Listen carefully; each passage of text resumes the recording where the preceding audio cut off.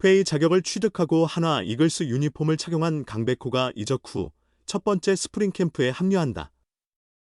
강백호는 자신의 수비 위치에 대해 신중한 입장을 표명했다. 강백호는 23일 오전 인천국제공항을 통해 한화의 1차 스프링 캠프 장소인 호주 멜버른으로 출국했다.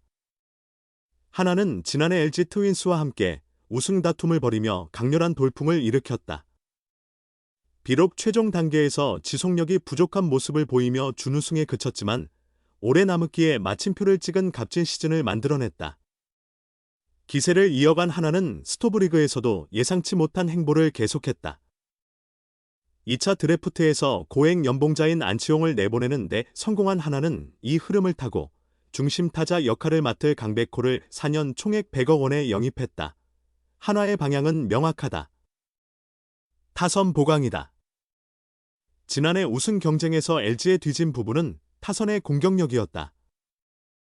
이를 강백호 영입으로 해소하겠다는 구상이다. 강백호가 한화 타선의 핵심 선수로 급부상한 상황이다. 강백호 영입 효과를 최대화하기 위해서는 그의 포지션을 효율적으로 결정해야 한다. 강백호는 프로 데뷔 후 일루수와 코너외야, 포수를 오가며 경기했다. 긍정적으로는 유틸리티 플레이어지만 실제로는 어느 위치에서도 자리를 잡지 못했다. 강백호가 모든 포지션에서 기대에 미치지 못하는 수비 능력을 보여줬기 때문이다. 한화에 합류한 이후로도 강백호의 포지션에 대해 다양한 추측이 쏟아지고 있다. 강백호는 23일 수비 위치에 관한 질문에는 부담을 느낀다. 어떻게 답변해야 할지 잘 모르겠다라고 말했으나 일루수 장갑과 외야수 글러브를 챙겨왔다. 우선적으로는 일루수로 알려졌다.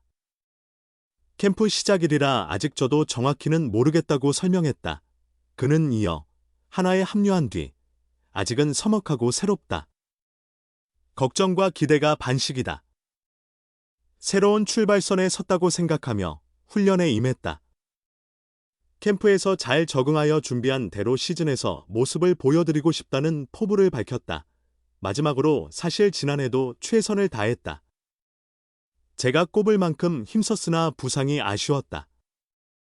이번에는 건강하게 많은 경기에 출전한다면 좋은 성과를 보일 수 있을 것 같다. 부상 관리가 가장 중요하다며 미소를 지었다. FA 계약으로 한화에 합류한 강백호가 새 시즌에도 기존 등번호 50번을 그대로 사용한다. 강백호는 최근 구단 공식 사진 촬영에서 50번이 부착된 한화 유니폼을 입고 촬영에 임했다. 원래 50번은 외야수 이원석이 달던 번호였다. 강백호는 어떻게 50번을 유지하게 되었는지 에피소드를 전하며 번호를 지켰기보다는 강제로 받아들인 느낌이다 라고 농담을 던졌다. 초반에는 강백호가 50번을 양보하고 한화 기존 선수들이 쓰지 않는 다른 번호를 고려했다. 게다가 이원석은 1999년생 동년배로서 친구의 번호를 가져가기 어려웠다. 강백호는 원석이가 한화에서 줄곧 따랐고 팬들도 그의 유니폼의 50번을 기억할 테니 제가 와서 빼앗는 느낌이었다고 말했다. 이에 이원석에게 등번호는 내가 가져라. 나는 남은 번호로 하겠다고 말했소. 그런데 오히려 이원석이 적극 권했지. 마침 그도 등번호를 바꿀 생각이었기 때문이었소. 강백호는 원석이가 자신도 새 마음으로 다른 번호를 시도해보고 싶다며 내가 쓰길 바란다고 하더군. 그래서 번호를 넘겨받았소 라고 했소. 하지만 공짜로 넘겨받은 건 아니었소. 번호를 양도받자마자 이원석의 소원 목록을 받았지. 바로 고가의 명품 백이었소. 강백호는 원석이가 마음에 드는 걸 사고 싶다고 해서 골라보라 했더니 바로 사진을 보내더군. 생각보다 큰 지출이었지만 팀에 적응하는 데 도움을 청하는 마음으로 잘 부탁한다고 했소라고 전했소. 50번은 강백호가 2018년 프로에 데뷔할 때부터 매겨온 번호여. 강백호는 이 번호를 달며 성장해 나갔지. 데뷔 첫 해 신인상을 수상했고 5시즌 연속 포스트 시즌에 진출했소. 2021년에는 통합 우승의 환희도 맛보았지. 이 덕분에 첫 FA 계약에서 4년 총액 100억 원의 거대 계약을 체결할 수 있었소. 사실 강백호 마음속엔 다른 등번호에 대한 생각도 있었소.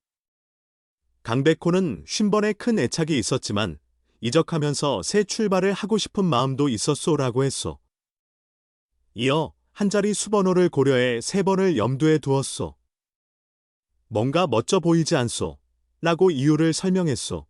그러나 결국 마음은 쉰번으로 기울었소. 강백호는 고민해봤는데 내 등이 넓은 편이 아니라 2자릿수가 더 잘 어울릴 것 같았소라고 말했소. 강매라는 말을 사용했으나 이원석에게 감사함이 컸다. 강백호는 원석이 덕분에 고민이 반으로 줄었다. 더 잘해야겠다며 이제 번호를 변경하지 않고 이 번호를 계속할 것 같다. 쉰번은 내 인생 마지막 등번호가 될 것이라고 결심을 다졌다. 이제 역으로 한화의 차례가 되었다. 한화는 이번 겨울 FA 시장에 신속하게 접근했다. 지난해까지 KT에서 활약한 좌타거포 강백호가 FA 자격을 얻자 대규모 투자를 단행한 것이다. 한화와 강백호가 합의한 계약 조건은 4년간 총액 100억 원. 하지만 대가도 컸다. 강백호는 FA 등급제에 따라 A등급으로 평가받았다. 따라서 한화는 보상 선수 손실을 감내해야 했으며 보호 선수 명단에 20명만 포함할 수 있었다. 어쨌든 1군 엔트리가 28명인 현실에서 모든 핵심 자원을 지킬 수는 없는 일이었다. 여기에 즉시 전력이 되는 선수뿐만 아니라 팀 미래를 책임질 유망주 자원도 보호해야 했다. 그렇다면 결과는? KT의 선택은 우한 투수 한승혁이었다. 한승혁은 지난해 홀드 16개를 기록한 한화의 필승 조합원이었다. 쉽게 말해 한화의 8회를 맡은 선수였다. 한화가 지난 시즌 돌풍을 일으킬 수 있었던 동력에는 불펜 투수들의 기여가 컸는데 그 중심에 한승혁이 있었다. 한화 입장에서도 어쩔 수 없는 상황이었다.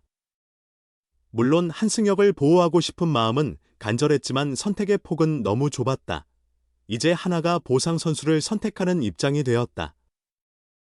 지난 시즌을 마치고 FA를 선언한 좌완 투수 김범수가 기아와 3년 총액 20억 원에 계약한 것이다. 이번 FA 시장에서 김범수는 B등급으로 평가된 선수입니다. 이에 따라 기아는 최대 25명의 보호 선수를 지명할 수 있게 됩니다.